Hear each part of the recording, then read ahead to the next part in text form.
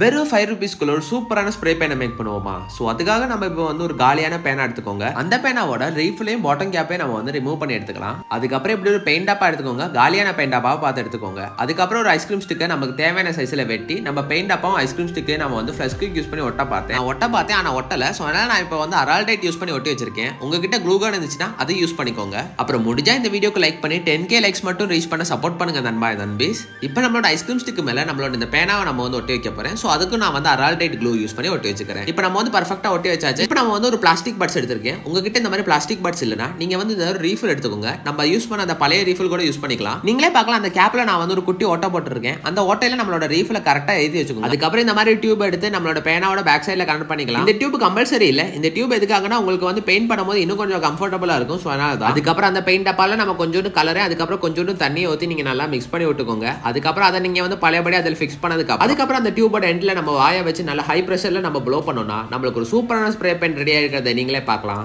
Like and subscribe.